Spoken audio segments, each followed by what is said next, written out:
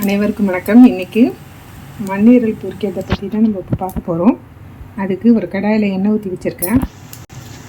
இங்கே பார்த்தீங்கன்னா பட்டை, கிராம்பு, கல்பாசி, சோம்பு, கொஞ்சோண்டு பிரியாணி இலை எடுத்து வச்சுருக்கேன். இப்போ இதை வந்து இதில் போட்டு தாளிக்க போகிறேன். இது பொரிஞ்சிட்டு இருக்கும் போதே நான் வெங்காயம் போடுறேன்.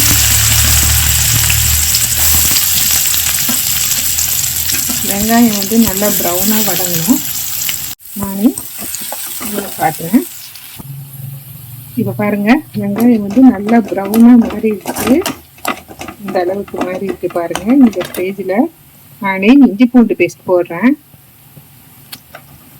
நான் 1.5 ஸ்பூன் அளவுக்கு இஞ்சி பூண்டு பேஸ்ட் போடுறேன்.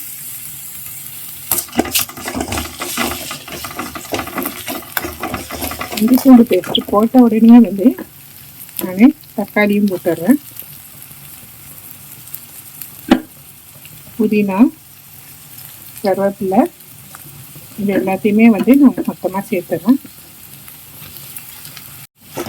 இப்போ இதே கொஞ்சம் வதங்கணும்.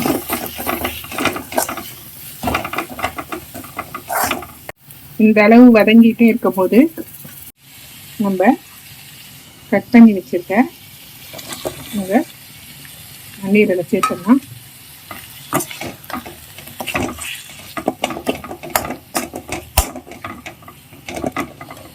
இது கூடயே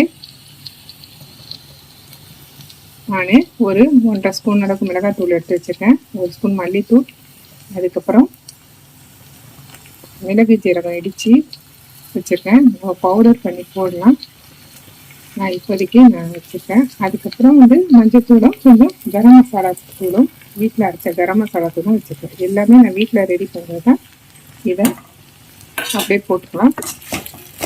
போட்டு இதை அப்படியே கிளறி விட போகிறேன். கிளறி விட்டு காட்டுறேன். இப்போது நான் எல்லாம் வெங்காயம், தக்காளி எல்லாத்தையும் ஒன்றா சேர்த்து மசாலாலாம் சேர்த்துட்டோம். இப்போ பாருங்கள், உப்பையும் நான் சேர்த்துறேன்.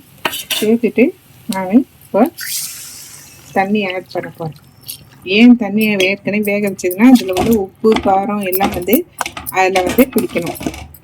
அதுக்காக நான் இப்போது தண்ணி வந்து ஊற்றி வேக வைக்க போகிறேன். நம்ம வேக வைக்கிற அளவுக்கு நம்ம தண்ணி ஊற்றணும் அவசியம் இல்லை. இதில் வந்து நமக்கு எல்லாமே சேர்ந்து வரணும். அதுக்காக தான் இப்போ இதை நான் வேக வைக்க போகிறேன். மறுபடியும் இதில் உள்ள உப்பு, காரம் எல்லாம் செய்கிறதுக்காக இப்போ மூடி வச்சு வேக வச்சுட்டு நான் உங்களுக்கு காட்டுறேன். இப்போ பாருங்கள், எப்படி வெந்து பாருங்கள். அந்த அளவு வந்து நமக்கு தொக்கு பதத்தில் வந்துருக்கு. இன்னும் வந்து நம்ம நல்லா வந்து கரட்டி விடணும். கரட்டி விட்டு நல்லா கொஞ்சம் இன்னும் ட்ரை ஆகணும். நம்ம சாப்பாட்டில் போட்டு இதே பிணைஞ்சு சாப்பிடணும்னா இந்த அளவுலேயே நம்ம எடுத்துக்கலாம். நம்ம வந்து கொஞ்சம் சூப்புக்கு தொட்டுக்கிறதுக்காக ட்ரை பண்ண போகிறோம்.